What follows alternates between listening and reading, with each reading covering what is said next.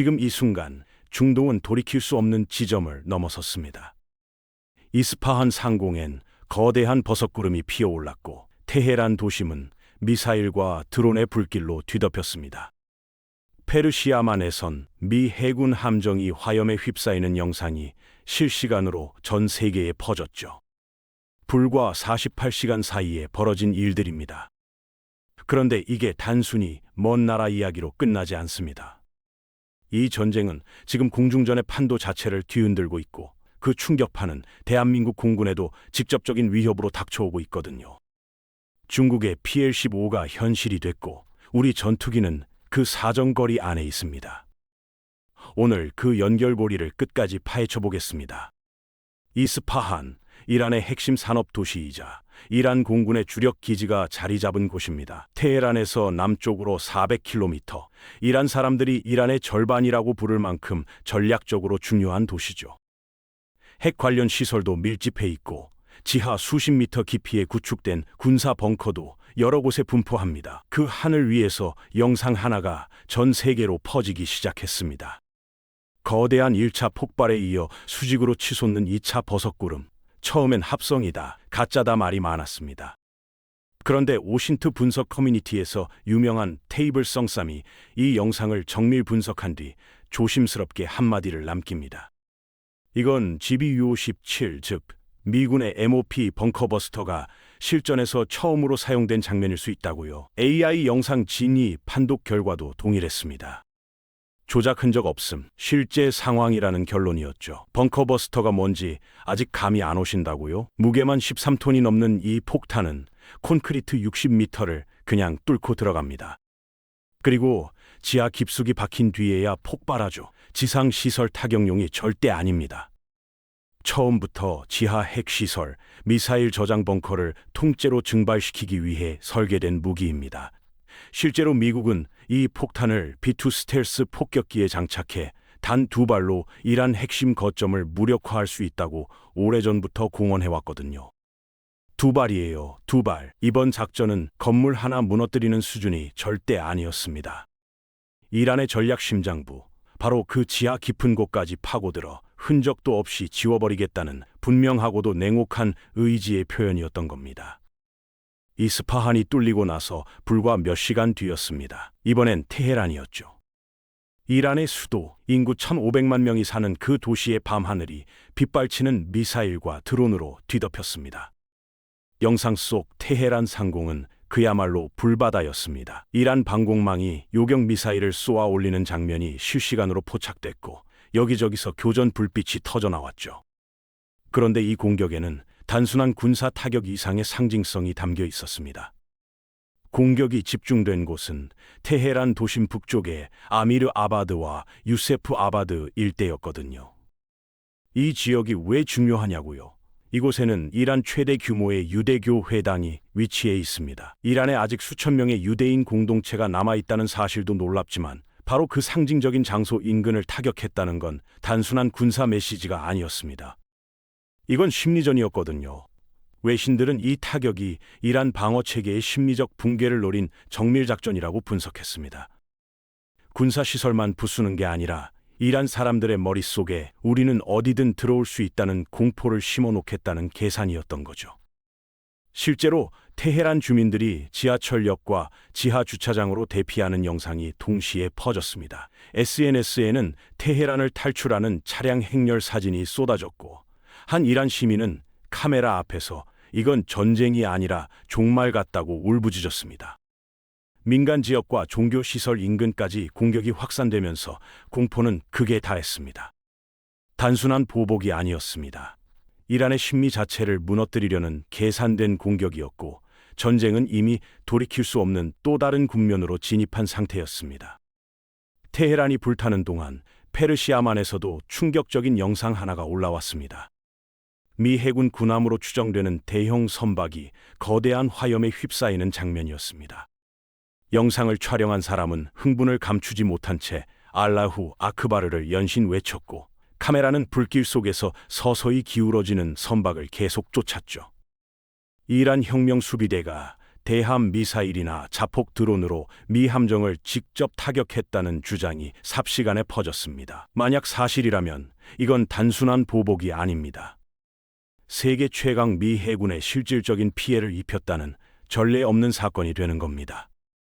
그런데 미국 정부의 반응이 묘했습니다. 국방부는 즉각 이 영상이 AI로 제작된 대내외 선전용 가짜 영상이라며 실제 피격 사실 자체를 부인했거든요. 진짜가 아니라는 겁니다. 자, 여기서 잠깐 생각해보죠. 미군이 실제로 피격을 당했다면 과연 바로 인정할까요? 2000년 예멘 항구에서 자폭 보트에 USS 콜이 공격당했을 때도 미국은 초기 수시간 동안 피해 규모를 정확히 공개하지 않았습니다. 이번에도 공식 부인이 오히려 의혹을 키웠고 정보 당국과 현장 소식통들 사이에서는 엇갈린 증언이 계속 나왔습니다. 사상자가 발생했다는 주장, 선박이 인근 기지로 예인됐다는 보도가 흘러나왔지만 공식적으로는 전부 부인됐습니다. 그러나 그 주장들은 쉽게 사라지지 않았죠. 진실은 여전히 짙은 안개 속이었습니다. 분명한 건 단 하나였습니다. 이란은 바다 위에서도 미국을 향해 주먹을 휘두를 의지가 있다는 것, 그 신호를 전 세계를 향해 분명하게 쏘아 올렸다는 사실이었습니다. 전장의 혼돈이 대서양을 건너 워싱턴까지 덮쳤습니다. 국방부가 함정 피격 영상을 가짜라고 못 받는 순간 뉴욕타임스를 비롯한 주요 언론들이 정면으로 반박하고 나섰거든요. 여러 독립 소식통을 교차 검증한 결과 영상 속 사상자 발생과 피해의 규모가 실제 상황임을 확인했다는 보도가 이어졌습니다. 정부 발표와 언론 보도가 완전히 정반대 방향을 가리키는 전례 없는 상황이 벌어진 겁니다. 그러자 도널드 트럼프 대통령이 직접 나섰습니다. 가짜 영상을 퍼뜨리는 언론사들은 반역죄로 기소해야 한다고 강하게 경고했죠. 전시 상황에서 대통령이 자국 언론에 반역죄를 언급한 겁니다. 이 발언 하나가 미국 정치권을 또 다른 폭발 지점으로 몰아넣었습니다. 민주당은 즉각 언론 탄압이라며 들고 일어났고 일부 공화당 의원들조차 대통령의 발언이 도를 넘었다고 공개적으로 우려를 표명했습니다. 전장이 이스파한과 테헤란이라면 또 다른 전장은 워싱턴 한복판이었습니다. 생각해보면 이런 정보 혼돈은 현대전의 가장 무서운 무기 중 하나입니다. 이란 입장에서는 군함 한 척을 실제로 격침하는 것보다 영상 하나로 미국 내부의 신뢰체계 자체를 붕괴시키는 게 훨씬 더 효율적인 전략일 수 있거든요. 무엇이 진실이고 무엇이 거짓인지, 누가 국민에게 사실을 말하는지 아무도 확신하지 못하는 그 상황 자체가 이미 이란의 전략적 승리일 수 있다는 겁니다. 전쟁에서 가장 먼저 희생되는 게 진실이라는 말이 있습니다. 이번엔 그 진실을 둘러싼 싸움 자체가 실제 전쟁만큼이나 치열하게 워싱턴을 온통 뒤흔들고 있었습니다.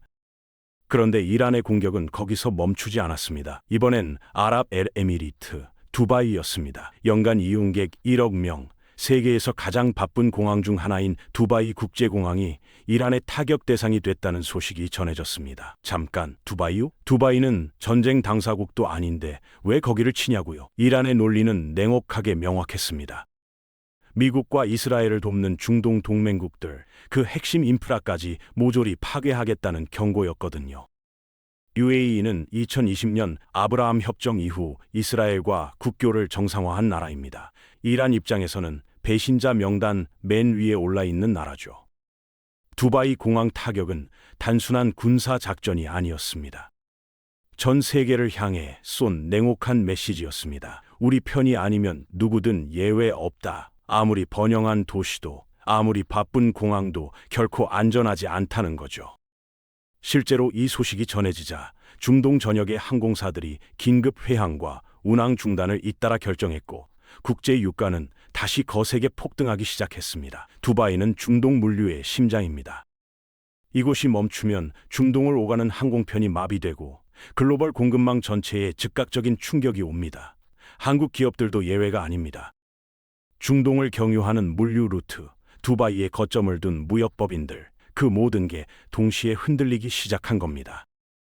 이건 단순한 중동 분쟁이 아니라 세계 경제 전체를 강타하는 거대한 충격파였습니다. 전쟁의 피해 범위는 이미 군사시설을 훨씬 넘어섰고 그 막대한 청구서는 전 세계가 함께 나눠내야 하는 냉혹한 상황이 됐습니다. 중동의 전황이 이렇게 흘러가는 동안 군사 전문가들은 전혀 다른 곳에 주목하고 있었습니다. 공중전의 판도가 근본적으로 바뀌고 있다는 겁니다. 인도 파키스탄 분쟁을 계기로 초장거리 공대공 교전이 현실화됐고 그 흐름이 중동 전선에서도 그대로 이어지고 있거든요. 문제는 중국입니다. 중국이 실전 배치한 PL-15 미사일, 이게 최대 300km의 사거리를 보유하고 있습니다. 300km 털면 서울에서 대전을 훌쩍 넘는 거리입니다.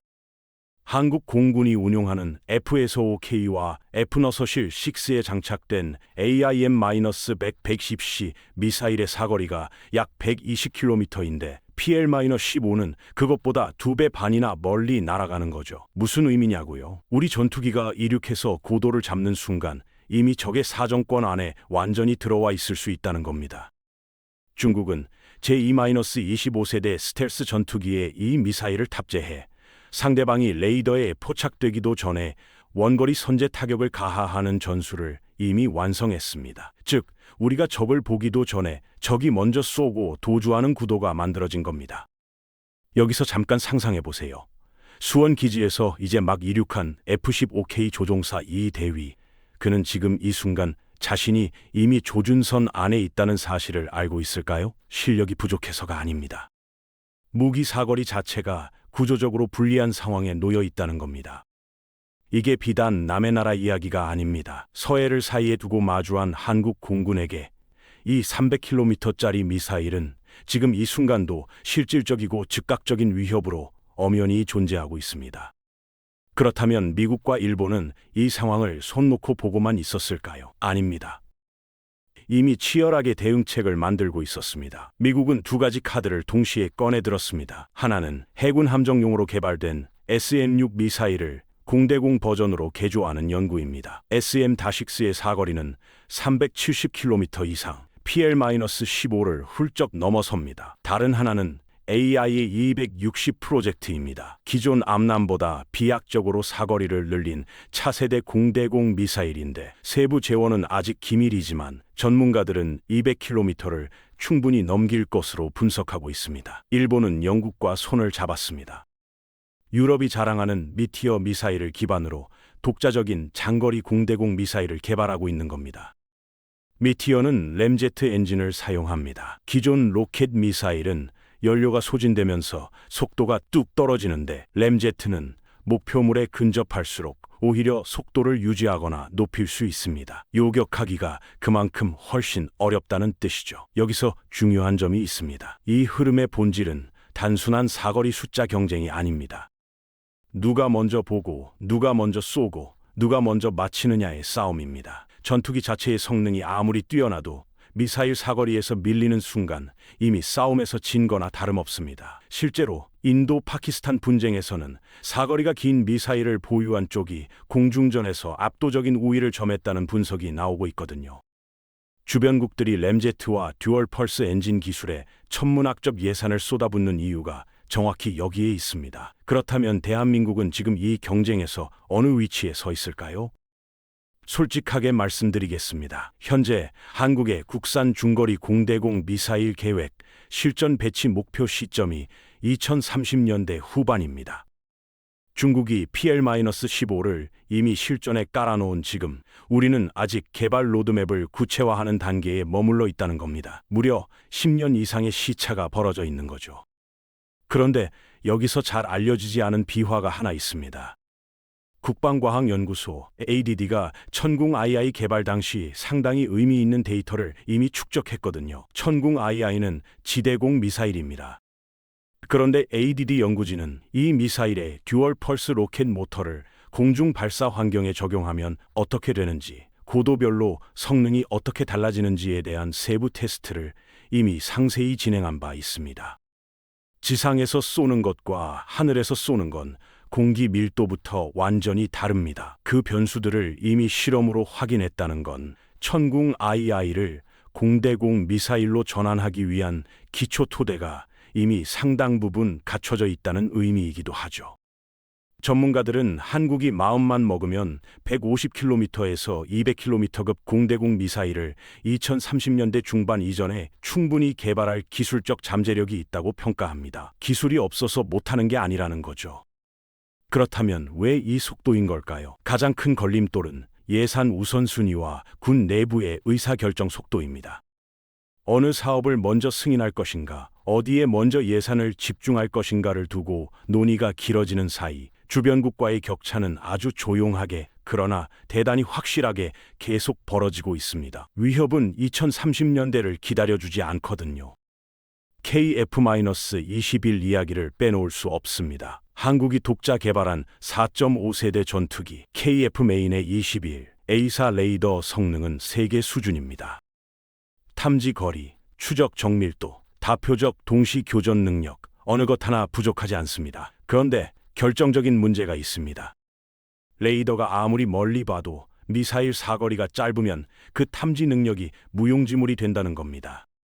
300km 밖에 있는 적을 레이더로 포착했다고 해도 우리 미사일이 120km 밖에 못 날아간다면 그 순간 이미 상대방은 미사일을 발사하고 기술을 돌려 도주하고 있을 겁니다. 우리가 아직 사정거리 밖에서 바라보고만 있는 동안이죠. 그렇기 때문에 미사일 단독 개발만으론 충분하지 않습니다. 조기 경보기가 먼저 적을 탐지하고 데이터 링크로 KF-21의 좌표를 실시간 전송하고 KF-21은 그 정보를 받아 장거리 미사일을 발사하는 통합 교전 시스템이 함께 구축돼야 합니다. 혼자 잘 싸우는 것보다 팀 전체가 유기적으로 연결돼서 싸우는 구조가 훨씬 강하다는 거죠. 서해는 종심이 매우 짧습니다. 중국 공군이 이륙하면 불과 몇 분 안에 우리 방공구역에 도달합니다. 그 짧은 시간 안에 탐지하고 분류하고 교전 결정을 내리고 미사일을 발사하는 전 과정이 순식간에 이루어져야 합니다. 국산 초장거리 미사일 없이는 해상 발사 시스템과의 연동 없이는 그 싸움에서 처음부터 구조적으로 불리한 위치에 설 수밖에 없습니다. KF-21의 눈이 아무리 좋아도 손이 닿지 않으면 소용이 없습니다. 지금 우리에게 필요한 건 더 길고 빠른 팔입니다. 그렇다면 어떻게 해야 할까요? 2030년대 중반까지 200km급 미사일을 실전 배치하려면 지금 당장 구체적으로 움직여야 합니다. 핵심은 세 가지입니다. 천궁 II의 듀얼 펄스 로켓 기술과 KF-21의 A사 레이더 시너지를 극대화하는 것, 미사일 추진 시스템과 탐색기 기술에 집중 투자하는 것, 그리고 사업이 중간에 흔들리지 않도록 제도적 뒷받침을 반드시 확보하는 것입니다. 한국 방산 사업의 가장 아픈 역사 중 하나는 중간에 예산이 삭감되거나 우선순위에서 밀려 일정이 수년씩 늦춰지는 사례가 반복됐다는 겁니다. 무기 개발은 한번 멈추면 다시 속도를 내기까지 엄청난 시간이 필요합니다. 연구 인력이 흩어지고 축적된 기술 노하우가 희석되고 거기서 다시 재건하려면 처음 시작할 때보다 훨씬 많은 비용과 시간이 들거든요. 장기적으로는 300km급 미사일 계획도 반드시 고려해야 합니다. PL-15에 대등하게 맞서려면 우리도 같은 수준의 사거리를 갖춰야 진정한 억지력을 확보할 수 있거든요. 해상 발사 플랫폼과의 연계도 매우 중요합니다. 공군 전력만으로 부족한 교전 거리를 해군 함정이 보완하는 다층 억지 구조, 이게 앞으로 한국이 반드시 가야 할 방향입니다. 국산 장거리 미사일은 단순한 무기가 아닙니다. 우리 조종사들이 적의 사정거리 밖에서 먼저 쏠 수 있는 권리이자 전쟁이 시작되기 전에 그것을 막는 억지의 힘입니다. 중동에서 울려 퍼진 폭발음은 우리에게도 분명한 경고를 보내고 있습니다. 그것이 바로 우리가 이 미사일을 반드시 그리고 빠르게 가져야 하는 이유입니다. 2026년 3월 16일 중동은 지금 이 순간에도 불타고 있습니다. 이스파한의 버섯구름, 테헤란의 불바다, 두바이 공항의 충격, 그리고 페르시아만의 진실 공방, 이 모든 것이 하나의 메시지를 향해 수렴합니다. 초장거리 전쟁의 시대가 왔다는 겁니다. 그리고 그 시대에 대한민국은 아직 준비가 덜 돼 있습니다. 기술은 있습니다. 의지가 필요합니다. 예산과 결정이 필요합니다. 앞으로도 중동 전황과 한국 방산 전력의 변화를 가장 빠르고 정확하게 전달해 드리겠습니다. 오늘 영상이 도움이 되셨다면 구독과 좋아요 부탁드립니다.